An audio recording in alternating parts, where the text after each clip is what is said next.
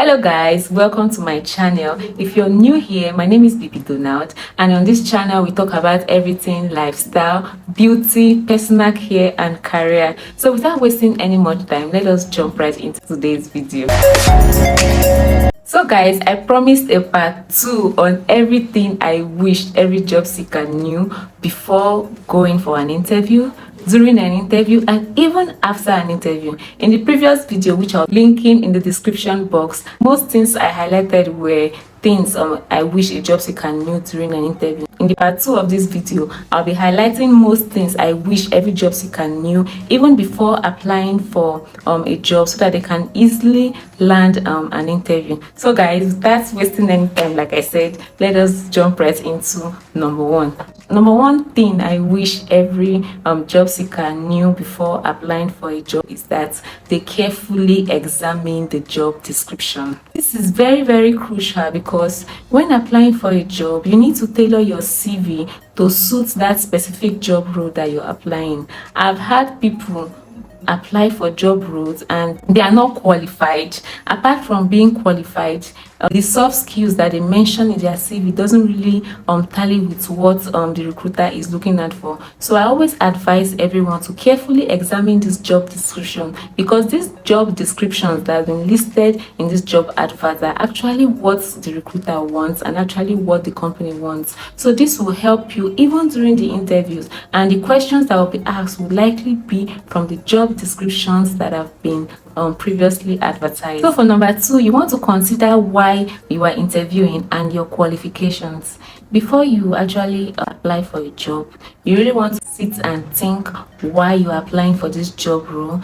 Do I really have the qualifications that were spelled out in this advert for this job? Am I really qualified? Is there an opportunity for growth? Why do I want to work here? Do I see myself working here for 3 days? Are there long-term opportunities? Are there growth opportunities for me? And all of that. Do not just randomly apply for jobs that you don't have any interest in. Maybe because there are no available jobs at that moment and all of that. No. You want to carefully know why you want to be interviewed for this job role, and also know your qualifications, so you don't spam the recruiter emails and just put the recruiter through a whole lot of stress. The third thing you really want to consider is that you want to perform a research on the company and the role you're applying for. I remember conducting an interview, and when asked if this job seeker knows anything about the company, and this person went ahead to actually give wrong information about the company, saying they are a laundry company whereas they were a real estate company.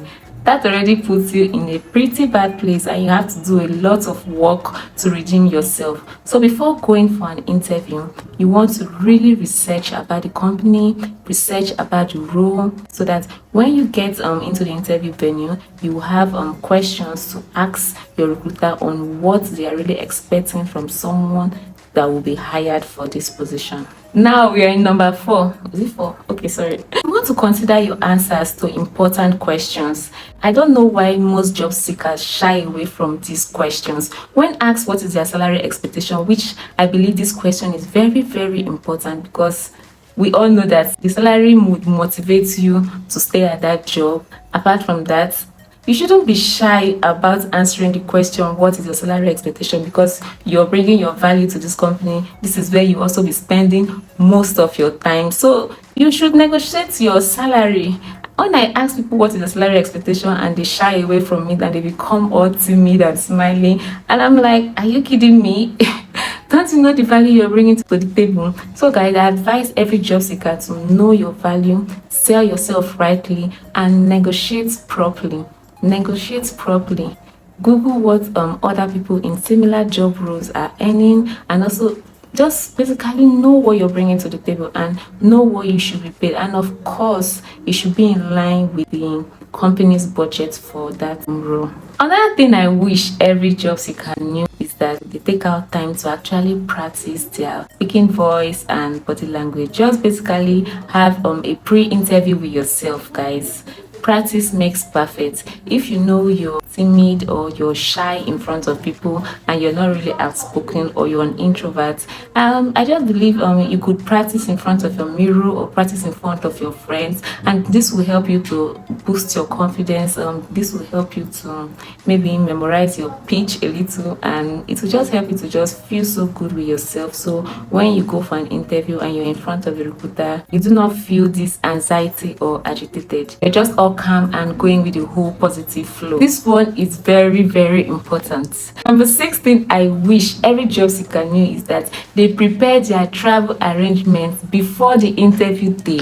Lateness on the day of your interview doesn't give a good impression. Okay, if you're going to be coming late, there's always a contact number or email address that you could call your recruiter beforehand to inform them about maybe an emergency or asking for a reschedule. You shouldn't wait until the time for the interview and probably you're being called on before you start giving these excuses. I believe every job seeker should reach out to their recruiter if there is an emergency, maybe asking for a reschedule, or probably there's traffic on the way or any other thing. Now, the last but not the least, get ready to follow up after an interview. Most people, after an interview, they don't even remember the interview, or they don't even remember to follow up. I believe every job seeker should follow up on an interview. This actually brings them back into the recruiter mind, and the recruiter knows how serious they are about the job. So just following up after an interview is actually a good thing to do, guys. With all this being said, we have come to the end of today's video. Don't forget to like, subscribe, and share. Please, guys, subscribe, and bye bye.